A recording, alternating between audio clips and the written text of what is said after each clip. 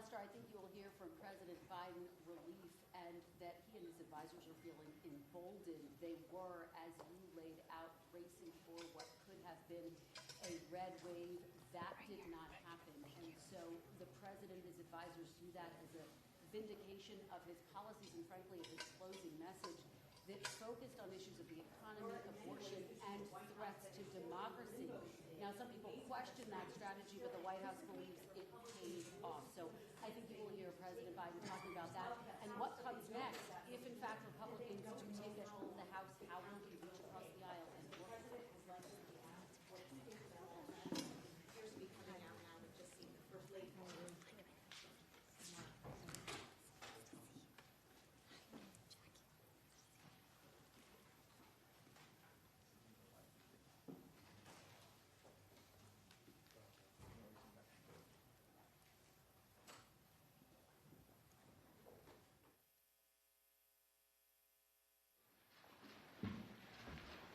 Good afternoon. Well, we had an election yesterday. And it was a good day, I think, for democracy. And I think it was a good day for America. Excuse me, I'm a little hoarse. Our democracy has been tested in recent years, but with their votes, the American people have spoken and proven once again that democracy is who we are. The states across the country saw a record voter turnout, and the heart and soul of our democracy, the voters, the poll workers, the election officials, they did their job and they fulfilled their duty, and apparently without much interference at all, without any interference, it looks like. And that's a testament, I think, to the American people. While we don't know all the results yet, at least I don't know them all yet, here's what we do know. While the press and the pundits are predicting a giant red wave, it didn't happen. And I know you were somewhat miffed by my obsessive optimism, but I felt good during the whole process. I thought we were going to do fine. While any seat lost is painful, some good Democrats didn't win the last night. Democrats had a strong night. And we lost fewer seats in the House of Representatives than any Democratic president's first midterm election in the last 40 years. And we had the best midterm for governors since 1986. And another thing that we know is that voters spoke clearly about their concerns, about raising costs, the rising costs that they're in, and the need to get inflation down. There's still a lot of people hurting. They're very concerned. And it's about crime and public safety. And they sent a clear and unmistakable message that they want to preserve our democracy and protect the right to choose in this country. And I especially want to thank the young people of this nation who, I'm told, I haven't seen the numbers, voted historic numbers again. And just as they did 2 years ago. They voted to continue addressing the climate crisis, gun violence, their personal rights and freedoms, and the student debt relief. Last night, I was pleased to call Maxwell Frost, a 25-year-old who got elected, I guess the youngest man ever elected to the United States Congress. And I told him I told him that I was the first elected, the second youngest person ever elected to the United States Senate at 29. That I have no doubt he's off to an incredible start and what I'm sure will be a long, distinguished career. And when he's president and they say Joe Biden's out in the outer office, I know I'm going to say Joe who. But the voters were also clear that they are still frustrated. I get it. I understand it's been a really tough few years in this country for so many people. When I came to office, we inherited a nation with a pandemic raging and an economy that was reeling. And we acted quickly and boldly to vaccinate the country and to create a stable and sustained growth in our economy. Long-term investment to rebuild America itself, our roads, our bridges, our ports, our airports, clean water systems, high-speed internet. And we're just getting started. The interesting thing is that this is all going to really come into clear view for people in the months of January, February, March of next year. It's just getting underway. So I'm optimistic about how the public's going to even be more embracive of what we've done. Historic investments that are leading companies to invest literally hundreds of billions of dollars combined to build semiconductor factories and other advanced manufacturing here in America. It's going to create tens of thousands of good-paying jobs. And by the way, a significant number of those jobs are going to be jobs that pay average $126,000, $127,000. You don't need a college degree to get those jobs. And we're dealing with global inflation as a result of the pandemic and Putin's war in Ukraine. We're also handling it better than most other advanced nations in the world. We're lowering gas prices. We're taking on powerful interest, lower prescription drug costs, and health insurance premiums, and energy bills. After 20 months of hard work, the pandemic no longer controls our lives. It's still a concern, but no longer controls our lives. Our economic policies have created a record 10 million new jobs since I came into office. Unemployment rate is down from 6.4 when I was sworn in to 3.7%, near a 50-year low. And we've done all this while lowering the federal deficit in the 2 years by $1.7 trillion. Let me say it again, $1.7 trillion. No administration has ever cut the deficit that much. And reducing the federal deficit is one of the best things we can do to lower inflation, but while we've made real progress as a nation, I know it's hard for folks to see that progress in their everyday lives. And it's hard to see the results from actions that we took while we have to implement what we've done. But I believe we took the right steps for the country and for the American people. In fact, if you look at the polls, overwhelming majority, I don't look at them much anymore because I'm not quite sure how to read them anymore. I hope you are uncertain as well. But overwhelming majority of American people support the elements of my economic agenda. From rebuilding America's roads and bridges to lowering prescription drug costs to historic investment in tackling the climate crisis to making sure that large corporations begin to pay their fair share in taxes. And I'm confident these policies are working and that we're on the right path, and we need to stick with them. All these initiatives take hold as they do, from lead pipes being removed from schools and homes to new factories being built in communities with a resurgence of American manufacturers. It's already created, by the way, 700,000 brand new manufacturing jobs. You've heard me say it ad nauseum. I don't know where it's written. It says we can't be the manufacturing capital of the world. We are now exporting product, not jobs, around the world. People across the country are going to see even more clearly the positive effects on their day-to-day lives. But I still understand why they're hurting right now. So many people are concerned. As I have throughout my career, I'm going to continue to work across the aisle to deliver for the American people. And it's not always easy, but we did it the first term. Now, I'll be surprised a lot of people that we signed over 210 bipartisan laws since I've become president, and we're revitalizing American manufacturing, gun safety, we did it together, and dozens of laws positively impacting on our veterans.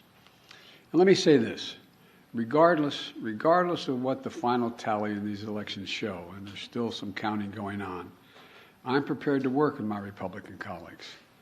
The American people have made clear, I think, that they expect Republicans to be prepared to work with me as well.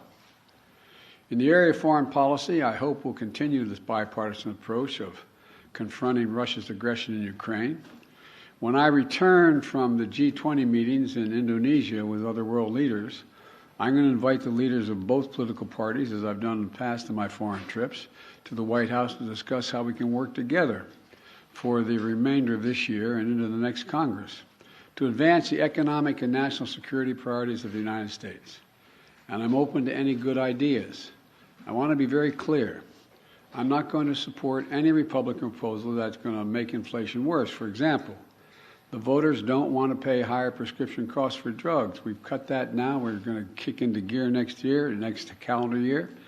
And I'm not going to walk away from the historic commitments we just made to take on the climate crisis. They're not compromisable issues to me, and I won't let it happen.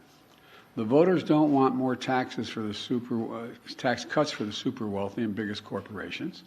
And I'm going to continue to focus on cost cutting for working and middle class families and building an economy from the bottom up and the middle out. I know you're tired of hearing me say that, but I genuinely mean it.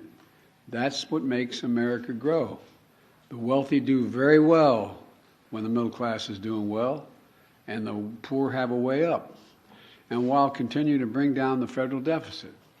You know, as we look at tax cuts, we should be looking at tax cuts for working people, and middle-class people, not the very wealthy. They're fine. And if you can go out and be a multimillionaire, that's great. Just pay your fair share. That's all. That's all. Just pay your fair share. It's like those 55 corporations in 2000 that made $40 billion and didn't pay a penny in federal taxes. It's not right. Everybody has an obligation. So now they have to pay a staggering 15%. You all pay more than that for new taxes. So I'm going to keep my commitment that no one earning less than $400,000 a year, and that's a lot of money where I come from, are going to see their federal taxes go up. And I want to be very clear. Under no circumstances will I support the proposal put forward by Senators Johnson and the senator from down in Florida to cut or make fundamental changes in Social Security and Medicare. That's not on the table. I will not do that. I will veto any attempt to pass a national ban on abortion, but I'm ready to compromise with Republicans where it makes sense on many other issues. And I'll always put the needs and interests of the American people first. So let me close with this. On this election season, the American people made it clear. They don't want every day going forward to be a constant political battle. There's too much of that going on. And there's too much that we have to do. The future of America is too promising to be trapped in an endless political warfare. And I really mean it. You've heard me say it time and again for the last 20 months or so. I am so optimistic about the prospects for America. We need to be looking to the future, not fixated on the past. And that future is bright as can be. We're the only nation in the world that's come out of every crisis stronger than we went into the crisis. And that's a fact. I mean, literally mean that. We've come out stronger than we've gone in. And I've never been more optimistic about America's future than I am today. You know, particularly because of all those young people I talked about, 18 to 30. They're showing up. They're the best educated generation in American history. They're the least prejudiced generation in American history, the most engaged generation in American history, and the most involved. Look, after a long campaign season, I still believe what I always have. This is a great nation, and we're a great people. And it's never been a good bet to bet against America. Never been a good bet to bet against America. There's nothing beyond our capacity if we work together. We just need to remember who the hell we are. We're the United States of America. The United States of America. There's nothing beyond our capacity.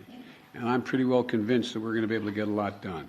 Now, I've been given a list of 10 people that I'm supposed to call on, and you're all supposed to ask me one question, but I'm sure you'll ask me more. And so let me start off with a list I've been given. Zeke Miller, Associated Press. Thank you, Mr. President. I have 2 questions for you. First,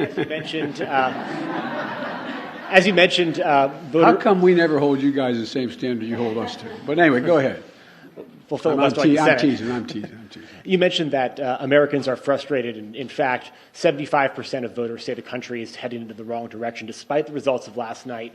What in the next 2 years do you intend to do differently to change people's opinion of the direction of the country, particularly as you contemplate a run for president in 2024? Nothing, because they're just finding out what we're doing. The more they know about what we're doing, the more support there is. Do you know anybody who wants us to get rid of the change we made on prescription drug prices and raise prices again? Do you know anybody who wants us to walk away from building those roads and bridges and the internet and so on? I don't know. I think that the problem is the major piece of legislation we passed, and some of it bipartisan, takes time to be recognized. For example, you got over $1 trillion worth of infrastructure money, but not that many spades have been put in the ground. It's taking time. For example, I was on the phone congratulating a Californian recently, and then someone up in Scranton, Pennsylvania, the congressman who got elected. He said, "Can you help us make sure we're able to have high-speed rail service from Scranton to New York City?" I said, "Yeah, we can. We can. First of all, it'll make it a lot easier, take a lot of vehicles off the road, and we have more money in the pot now, already out there, we voted for, than the entire money we spent on Amtrak to begin with." And it's the same way. For example, I talked about through the campaign that we're going to limit the cost of insulin for seniors to $35 a month instead of $400 a month. Well, it doesn't take effect till next year. So there's a lot of things that are just starting to kick in. And the same way with what we've done in terms of the environmental stuff. It takes time to get it moving. So I'm not going to change. As a matter of fact, you know, there's some things I want to change and add to. For example, we've had passed the most bipartisan, we passed the most extensive gun legislation, rational gun policy in 30 years. But we didn't ban assault weapons. I'm going to ban assault weapons. They're going to try like the devil. So I'm not going to change the direction. I said I ran for 3 reasons. I'm going to continue to stay where I am. And I know I fully understand the legitimate concern that what I'm saying is wrong, okay? One is that I said we're going to restore the soul of the country, begin to treat each other with decency, honor, and integrity. And it's starting to happen. People are the conversations are becoming more normal, becoming more. How can I say it? Decent. Second thing I said was I want to build a country from the middle out, the bottom up, and that way everybody does fine. I'm tired of trickle down. Not a whole lot trickles down when you trickle down to hardworking folks. And the third thing I know is still very hard. I'm going to do everything in my power to see to unite the country. It's hard to sustain yourself as a leading democracy in the world if you can't generate some unity. So I'm not going to change anything in any fundamental way. And just on a different topic, Mr. President, Russia today claimed that it had evacuated the Kherson region and the Kherson city. Do you believe that this is potentially an inflection point in that conflict? And do you believe that Ukraine now has the leverage it needs to begin peace negotiations with Moscow? First of all, I found it interesting they waited till after the election to make that judgment, and which we knew for some time that they were going to be doing. And it's evidence of the fact that they have some real problems, the Russian military, number one. Number two, whether or not that leads to, at a minimum, it will lead to time for everyone to recalibrate their positions over the winter's period. And it remains to be seen whether or not there will be a judgment made as to whether or not Ukraine is prepared to compromise with Russia. I'm going to be going to the G20. I'm told that President Putin is not likely to be there, but other world leaders are going to be there in Indonesia. And we're going to have an opportunity to see what the next steps may be. Nancy, CBS, Nancy Cordes. Thank you, Mr. President. I have a few questions. Been saving them up. First of all, Republican leader Kevin McCarthy said last night that it is clear we are going to take the House back. Do you think he's probably right about that? Well, based on what we know as of today, we've lost very few seats for certain. We still have a possibility of keeping the House, but it's going to be close. And for example, in Nevada, we won all 3 of those seats, contested seats. I went out for each, and I spoke with for each of those folks, but we won them all. I didn't know that last night, so it's a moving target right now, but it's going to be very close. Can you describe your relationship with Mr. McCarthy? How often do you speak to him? What do you think of him? I think he's a Republican leader, and I haven't had much of occasion to talk to him, but I will be talking to him. I think I'm talking to him later today. When it comes to your legislative agenda, when you were vice president, your legislative agenda basically ran into a brick wall 2 years in when Republicans took control of the House, and that lasted for the rest of the Obama presidency. Is there any way for you to prevent that same fate from happening this time around? Yes. If Republicans take control of the House? Yes, because it's going to be much closer if they take control. They can't, look, the predictions were, and again, I'm not being critical of anybody who made the predictions. I got it, okay? This is supposed to be a red wave. You were talking about us losing 30 to 50 seats, and this was going to, nowhere near, that's not going to happen. And so there's always enough people on the other team, whether it's Democrat or Republican, that the opposite party can make an appeal to and maybe pick them off to get the help. And so it remains to be seen. But look, I doubt whether or not, for example, all the talk, I'd ask I don't expect you to answer, but the rhetorical question, do you think that, Senator Johnson is going to move to cut Medicare and Social Security. And if he does, how many Republicans do you think are going to vote for it? So it depends. And then my final question. Republicans have made it clear that if they do take control of the House, that they want to launch a raft of investigations on day one into your handling of Afghanistan, the border. They want to look into some of your cabinet officials. They want to investigate you. They may even want to investigate your son. What's your message to Republicans who are considering investigating your family, and particularly your son Hunter's business dealings? Lots of luck in your senior year, as my coach used to say. Look, I think the American public want us to move on and get things done for them.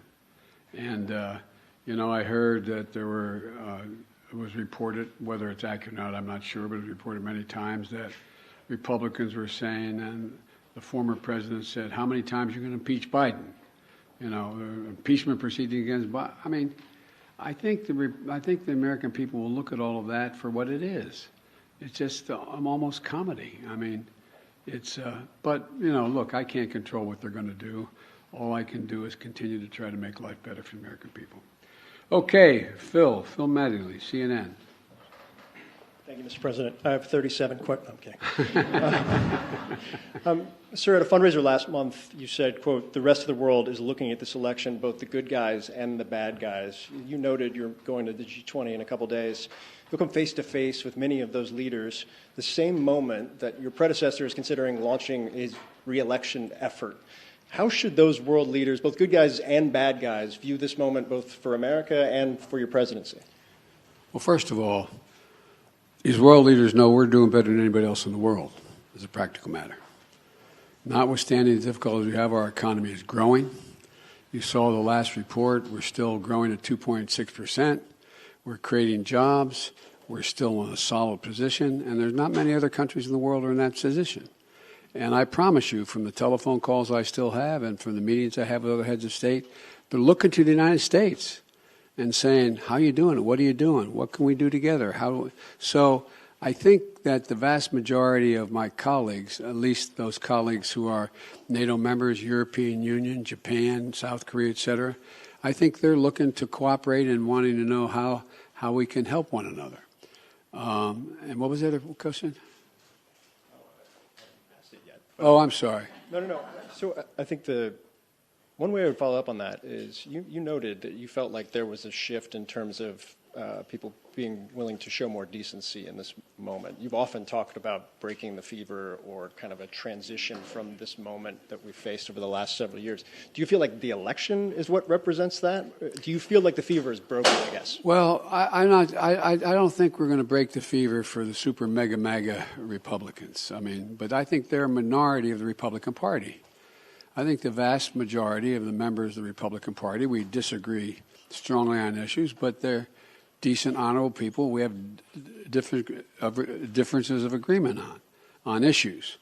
But they, I work with a lot of these folks in the Senate and the House for a long time, and they're honest and they're straightforward. They're different than mine, but they're decent folks.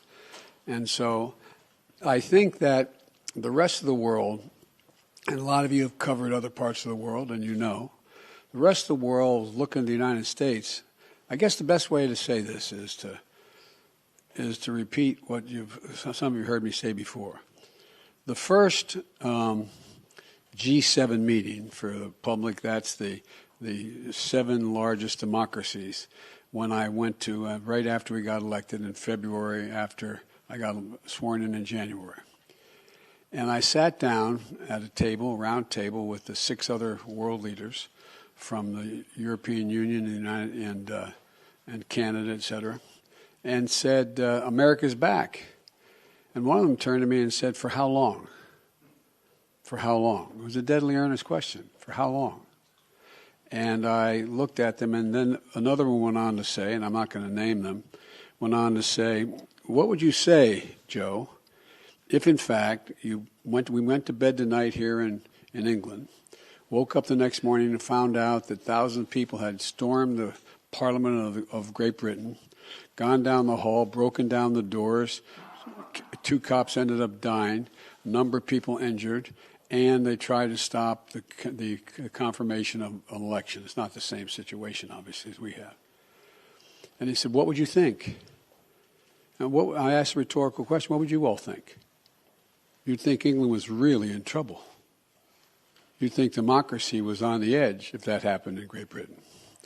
And so that's the way people were looking at us, like, when's this going to stop?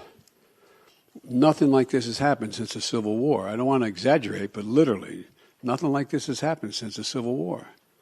And so what I find is that they want to know, is the United States stable?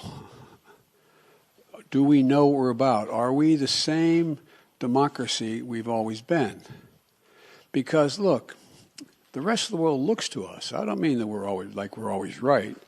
But if the United States tomorrow were to, quote, withdraw from the world, a lot of things would change around the world.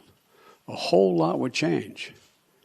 And so they're very concerned that we are still the open democracy we've been, and that we have rules and the institutions matter. And that's the context in which I think that they're looking at, are we back to a place where we are going to accept decisions made by the court, by the Congress, by the government, et cetera? So the entire genesis of that G7 conversation was tied to your predecessor, who is about to launch another campaign. So how do you reassure them, if that is the reason for their questioning, that the former president will not return, or that his political movement, which is still very strong, will not once again take power in the United States? Well, we just have to demonstrate that he will not take power by, if he does run, making sure he, under legitimate efforts of our Constitution, does not become the next president again. Steve Howell. Thank you, sir. How do you interpret last night's results in terms of deciding whether you want to seek another term? Is it now more likely that you will run? And what's going to be your timeline for consideration? Well, first of all, Jill and I have, and by the way, it's my wife Jill, who's held a lot more popular than I am in the Democratic Party too. But at any rate, all kidding aside, our intention is to run again. That's been our intention, regardless of what the outcome of this election was. The fact that we won, I didn't run, the fact that the Democratic Party outperformed anything anyone expected and did better than any off-year presidency since John Kennedy is one that gives everybody like, whew, sigh of relief that the mega Republicans are not taking over the government again, et cetera. And so my judgment of running, when I announce, my intention is that I run again, but I'm a great respecter of fate, and this is ultimately a family decision. I think everybody wants me to run, but we're going to have discussions about it. And I don't feel in any hurry one way or another to make that judgment, today, tomorrow, or whenever, no matter what my predecessor does. Early next year, or what's your thinking? My guess is, I hope Jill and I get a little time to actually sneak away for a week around between Christmas and Thanksgiving. And my guess is it'd be early next year we make that judgment. But it's my plan to do it now. Okay, I'm sorry. Karen Travers of ABC Radio. Thank you, Mr. President. WNBA star Brittany Griner today was moved to a Russian penal colony to serve out her 9-year sentence. Do you have an update right now on her condition? What do you know about that? And does this mark a new phase in negotiations with the Russians to secure her release? Can the U.S. now fully engage in talks on a prisoner swap? Well, we've been engaging on a regular basis. I've been spending a fair amount of time with her wife. about what's going on with her. And my guess is, my hope is that now that the election is over, that Mr. Putin will be able to discuss with us and be willing to talk more seriously about prisoner exchange. That is my intention. My intention is to get her home. And we've had a number of discussions so far. And I'm hopeful that now that our election is over, there's a willingness to negotiate more specifically with us. Thank you. And if I can, your press secretary had said that the U.S. government has continued to follow up on that significant offer, but also had proposed alternative potential ways forward with the Russians. Can you tell us what those alternative ways forward are and how Russia has responded to those? Yes, I can, but I won't. Okay, I can't. I mean, it would not be a wise thing to do in order to see if they would move forward. But it is I'm telling you, I am determined to get her home and get her home safely, along with others, I might add. April Ryan. Of the GRIO. Of the GRIO, excuse me, I beg your pardon. Thank you, sir. I got it right last time we did this. Yes, you did. Yes, you did. Mr. President, I have a couple of questions on several issues. One, the Supreme Court. As you know, the Supreme Court has before it the issue of college admissions and affirmative action. What can and are you planning in case of a rollback that is expected? There are legal analysts that say that there will be drastic implications. There are tentacles from this, and they even say that this could impact Brown v. Board, the decision from Brown v. Board. Well, first of all, I asked our Justice Department to defend the present policy before the Supreme Court. And like a lot of pundits, I'm not prepared to believe that the Supreme Court is going to overrule the existing decision. That's far from certain, and I don't believe that. But number one, what I did to try to change it is object to it before the Supreme Court of the United States, our administration. Number two, there are a number of things that we can and must do to make it. And by the way, this is a case involving an Asian American in terms of getting into school, and whether there's affirmative action makes sense at all from the standpoint of those who are arguing against it. But the fact is that we're also in a circumstance where there's a lot that we can do in the meantime to make sure that there's an access to good education across the board.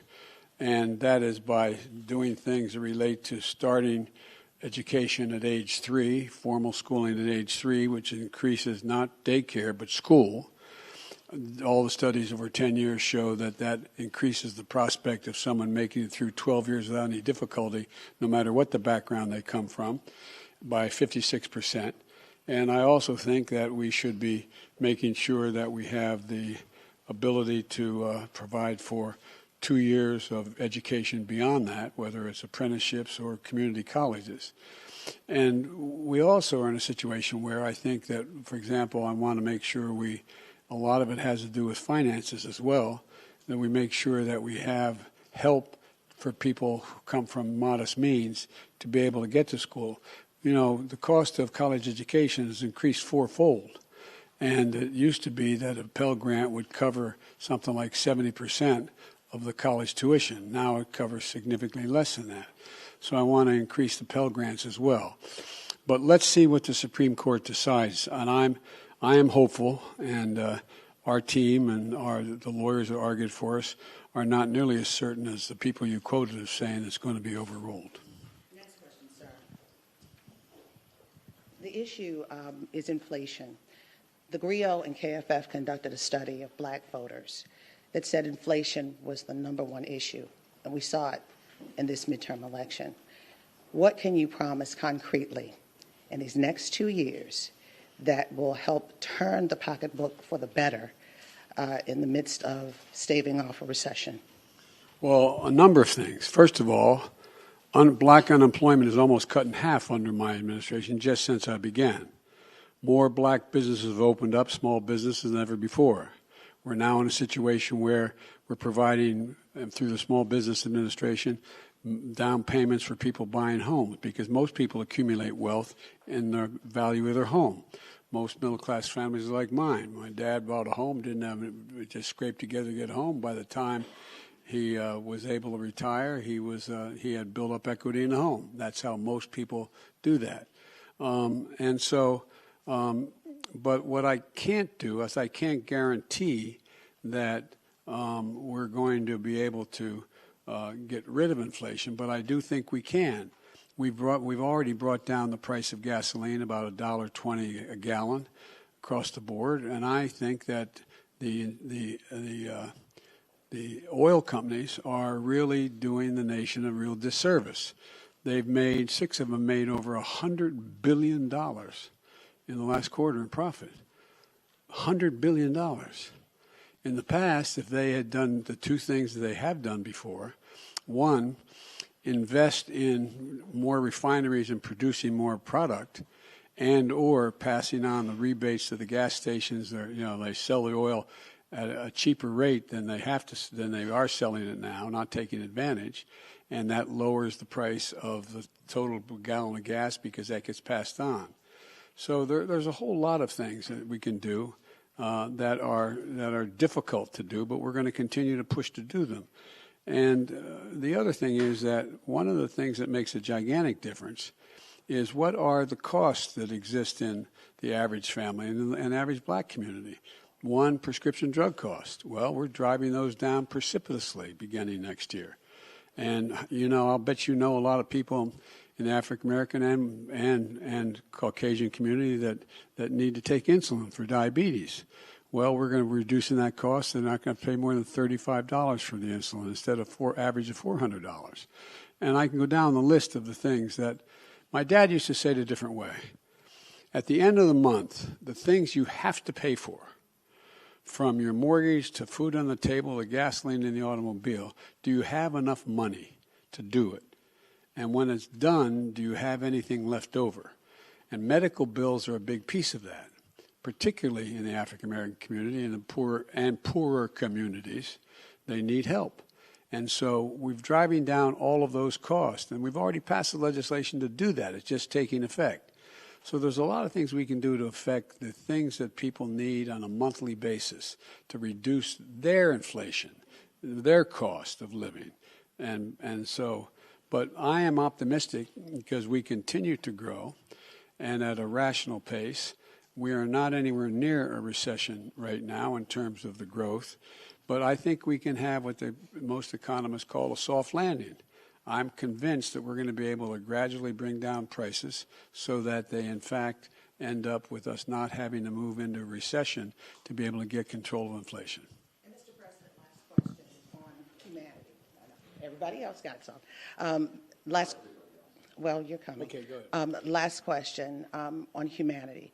Sir, you can't legislate and you can't executive order out the issue of empathy or the lack thereof in the midst of this rhetoric, this heated political rhetoric. What's next?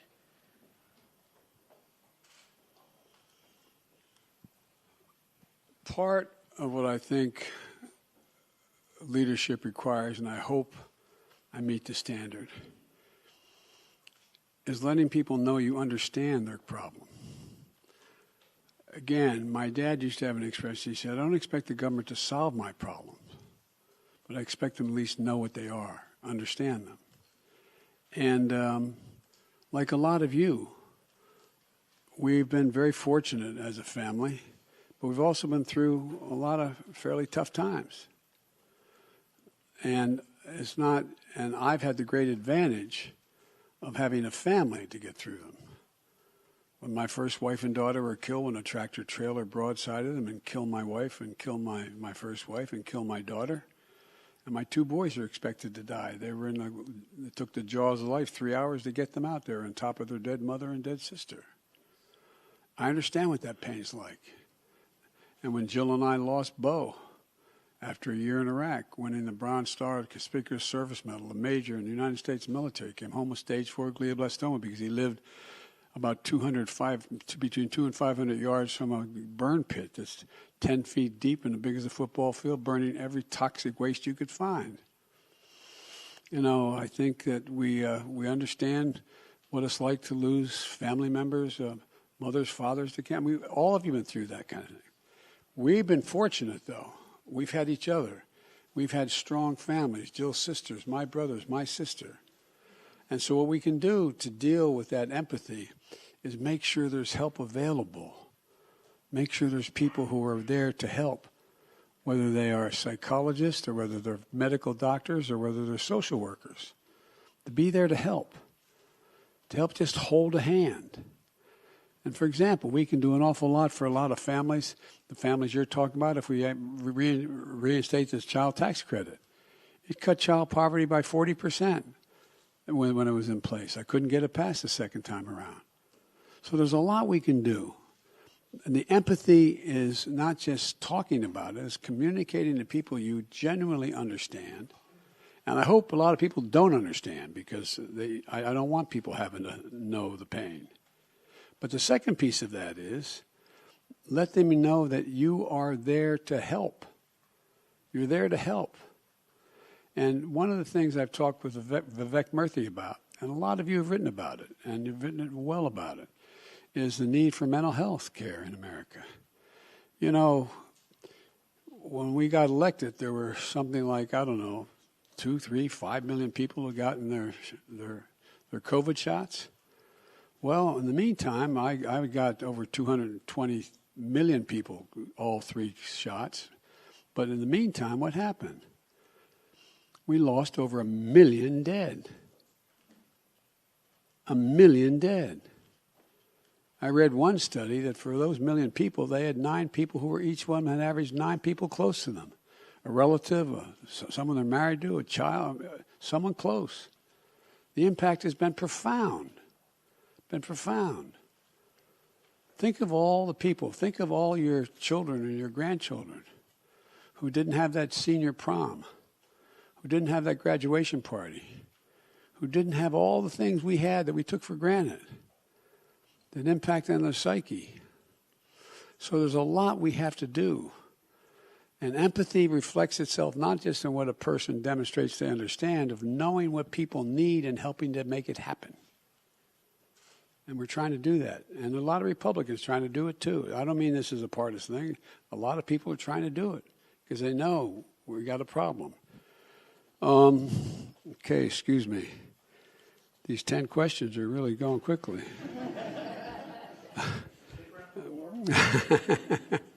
Well, I've got to meet with some of my, talk to some of the Republican leadership soon. But anyway, Jenny Leonard, Bloomberg. Thank you, Mr. President. 2 questions. One, shifting back to your trip to Asia. When you meet with President Xi Jinping of China, will you tell him that you're committed to defending Taiwan militarily? And what are you hoping to get out of this meeting that will make it a success? Are you willing to make any concessions to him?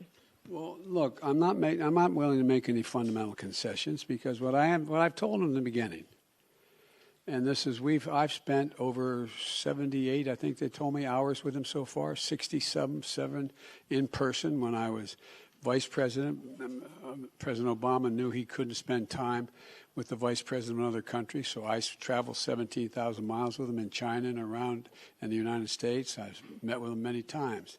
And I've told him, I'm looking for competition, not conflict.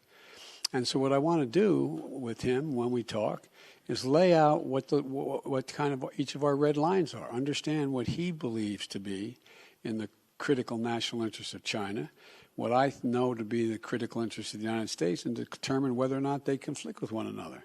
And if they do, how to resolve it and how to work it out.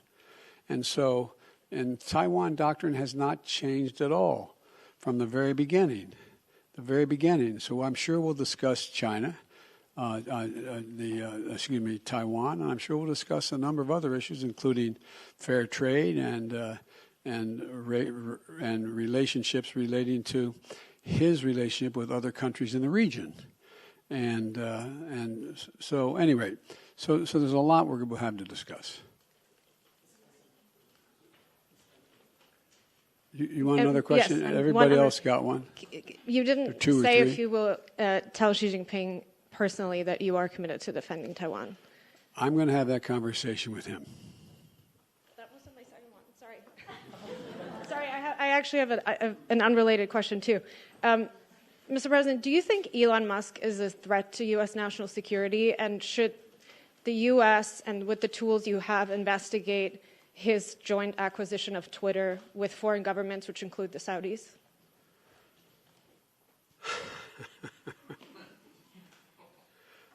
I think that Elon Musk's cooperation and/or technical relationships with other countries is worthy of being looked at. Whether or not he is doing anything inappropriate, I'm not suggesting that. I'm suggesting that it's worth being looked at.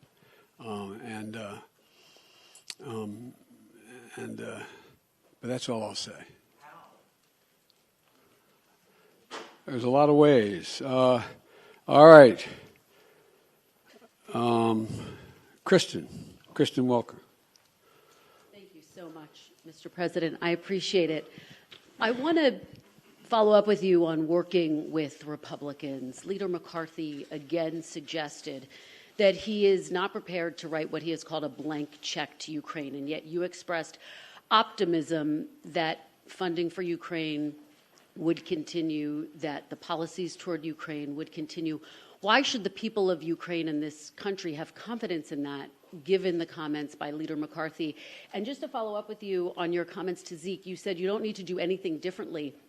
If Republicans control the House, don't you need to recalibrate to some extent to try to work across the aisle with a Republican-led House? Well, let me put it this way. What I meant was I don't have to change any of the policies I've already passed. That's what they said they want to go after. And so what I have is a simple proposition. I have a pen that can veto. Okay? So that's what I mean. I don't have to recalibrate whether or not I'm going to continue to, fund we're going to continue to fund the infrastructure bill, or we're going to continue to fund the environment, et cetera. We have to, I think there is a growing pressure on the part of the American people, expecting both parties and all elements of both parties to work out their substantive differences, and not just, I'm not going to do that because it would benefit that party. Just making it personal. So it remains to be seen what the makeup of the House will be. But I'm hopeful that Kevin and I can work out a modus vivendi as to how we'll proceed with one another. Will aid to Ukraine continue uninterrupted? That is my expectation. And by the way, we've not given Ukraine a blank check. There's a lot of things that Ukraine wants we didn't do. For example, I was asked very much whether we provide American aircraft to guarantee the skies over Ukraine. I said, no, we're not going to do that. We're not going to get into a third world war taking on Russian aircraft and directly engage. But would we provide them with all the rational ability to defend themselves? Yes. We provide those HIMARS. Well, the HIMARS, there's two kinds of, but in the average person's parlance, rockets you can drop in those. One that goes over 600 miles and one that goes about 160 miles. We didn't give them any ones that go to 600 miles because I'm not looking for them to start bombing Russian territory. And so we want to make sure that there's a relationship that they're able to defend themselves and take on what is purely the ugliest aggression that's occurred since World War II on a massive scale on the part of Putin within Ukraine. And there's so much at stake. So I would be surprised if Leader McCarthy even has a majority of his Republican colleagues who say they're not going to fund the legitimate defensive needs of Ukraine. And just a quick one. obviously a lot of attention on 2024 now that the votes have been cast in the midterms.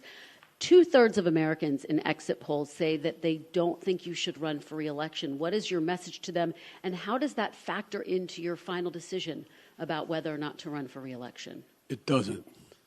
What's your message to them? To those 2/3 of Americans? Watch me. Okay, one more. Very quickly, we saw Governor Ron DeSantis with a resounding victory in Florida last night.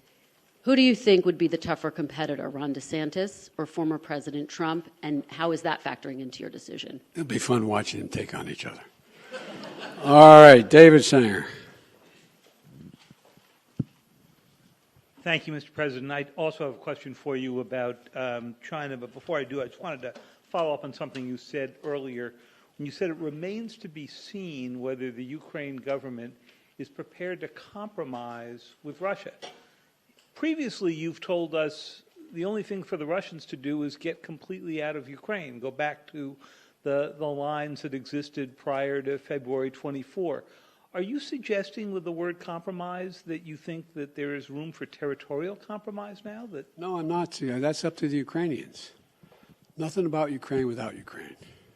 So what kind of compromise do you have in mind? I didn't have any in mind. You have asked the question whether or not, if I recall, whether or not what would happen if, in fact, after this, I think the context is that whether or not they're pulling back from Fallujah and from the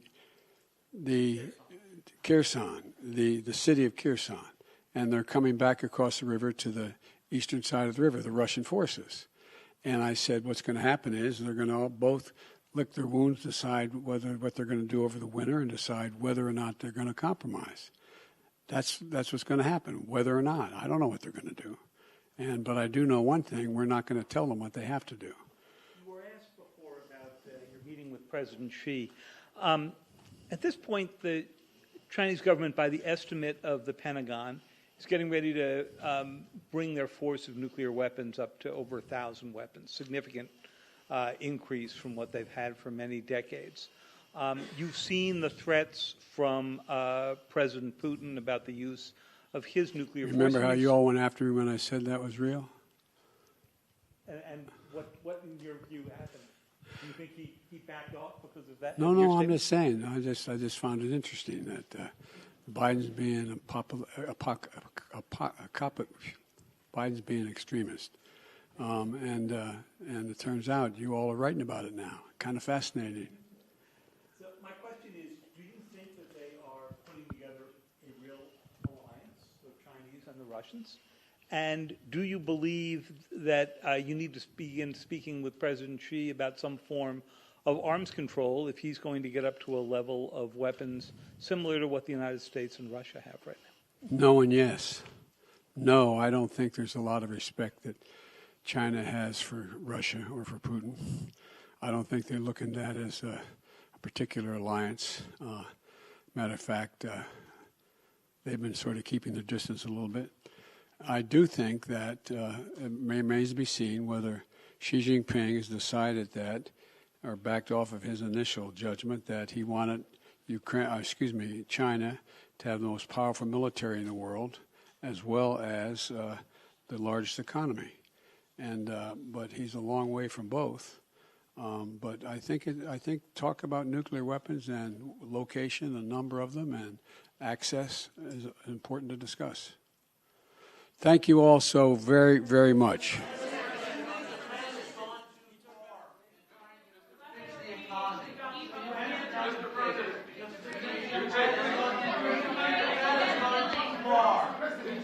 Thank you very, very much.